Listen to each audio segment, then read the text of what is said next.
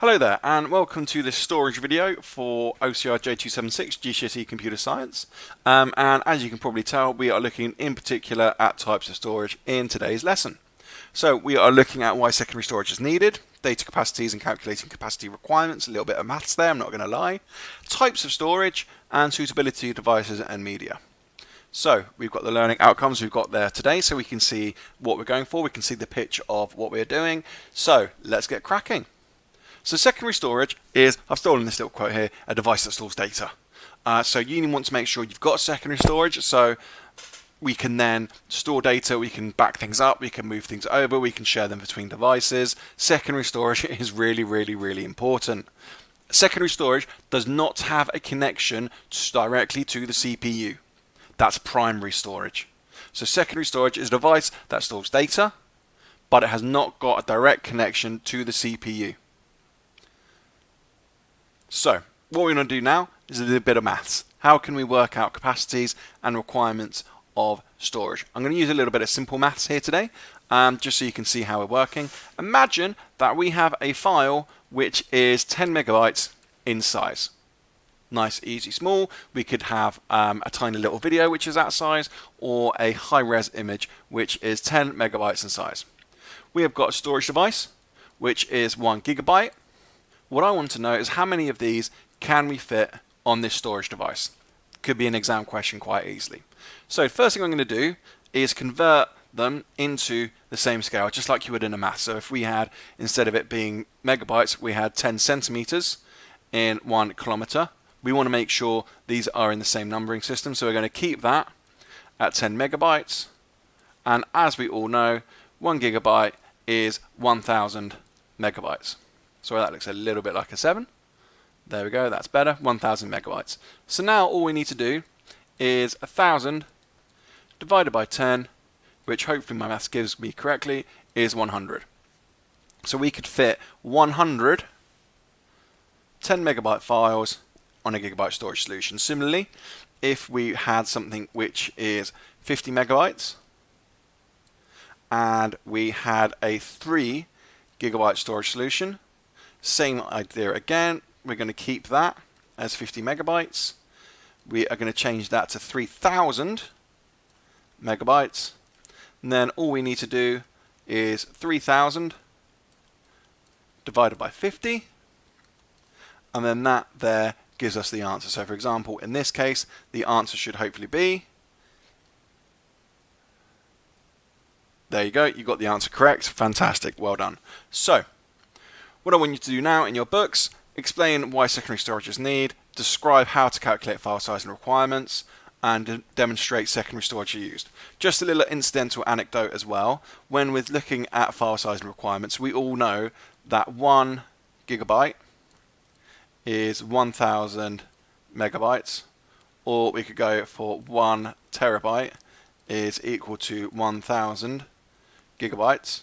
With the OCR specification, you can either use the numbers 1000 or 1024.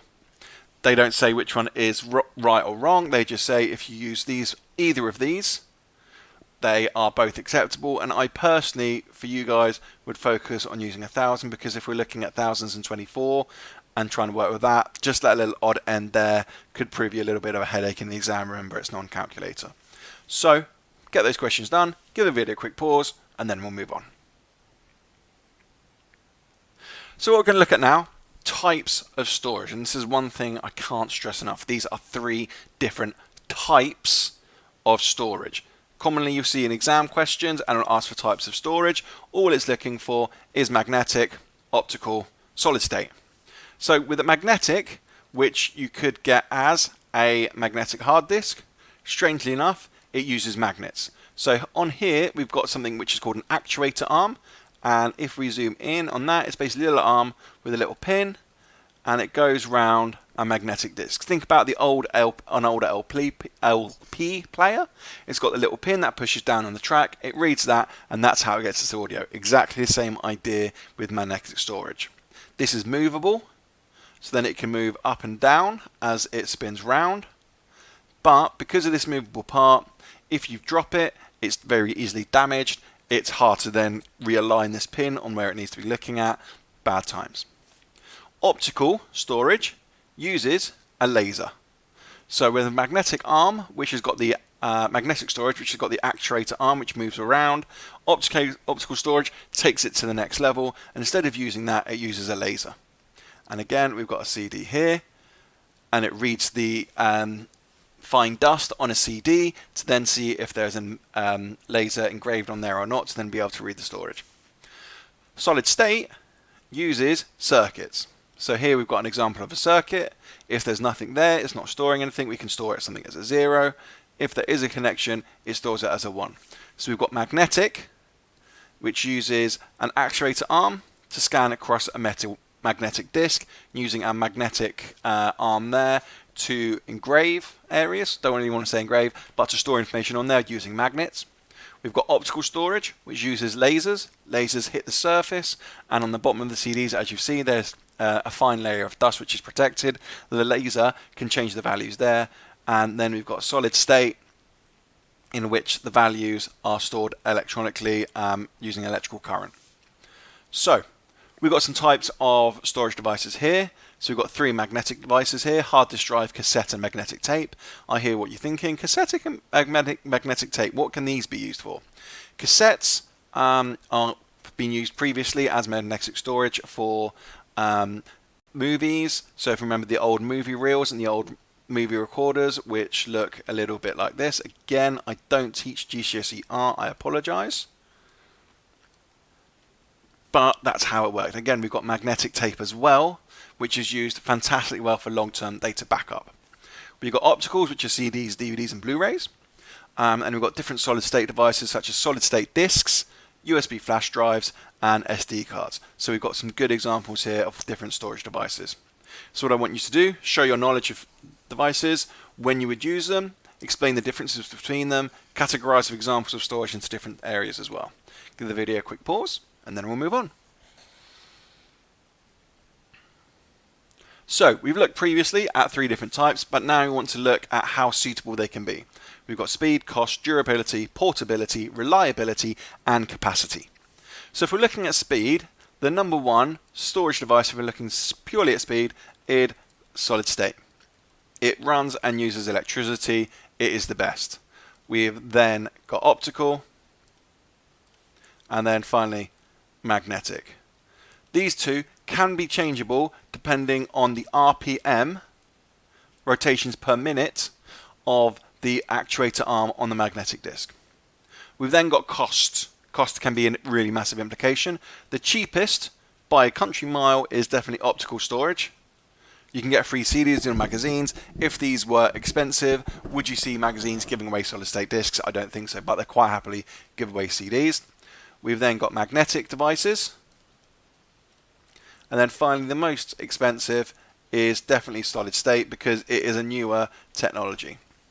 We've got durability. If optical devices get damaged in the sun, the data goes. If a magnetic gets anywhere near a magnetic, they're going to lose the data. So for me, durability wise, is a solid state device. I've got my mobile phone, which you can hear in the background. I'm going to drop it. I've dropped it. I'm going to turn my phone back on. My phone is working perfectly happily. There's been no damage whatsoever. Whereas if I was going to do that with a magnetic device, I could disturb where the actuator arm is, which then means I could damage it and then not be able to read the information. So for me, the most durable has got to be solid state. If we're thinking about portability, how portable something is, I personally would lean more closely towards optical or solid state, depending on how the device is being used. If we are looking at a hard drive, which is found normally inside a computer, then for me, optical wins, because CDs, Blu-rays, they're optical, they can be easily moved around quite happily. However, if we're talking about non-hard drive issues, I would go for solid state. If we're thinking about USB sticks, if we're thinking about SD cards, they are very, very portable. One type of storage device that wouldn't even enter this argument is magnetic, because they're not portable at all. If we're thinking about reliability, I'll go back to my durability arguments. And then finally, we're looking at capacity, how much can be stored the most. My number 1 winner for this has got to be magnetic. On magnetic hard drives, if I just jump onto eBuyer, I can get magnetic drives upwards of 5 terabytes of information, which is insane. I would then go for solid state, which can reliably get me devices up to approximately 1 terabyte. And then I would finally go for optical, which can get me 700 megabytes up to 30 gigabytes. So you can see the differences between the magnetic. It's used for backup as well, which means there's large storage devices out there for it. So what I want you to do, I want you to give your opinion now, describe the characteristics of different storage devices, rank their usage from 1 to 3. Give the video a quick pause, and then we'll move on to the last activity. So what we can see here is a GCSE style type of question. Recommend a storage device, explaining what would be used by a professional video gamer. The main emphasis to look on here is we've got this keyword here, device. I'm not expecting an answer to say I would recommend magnetic because, or I'd recommend optical because.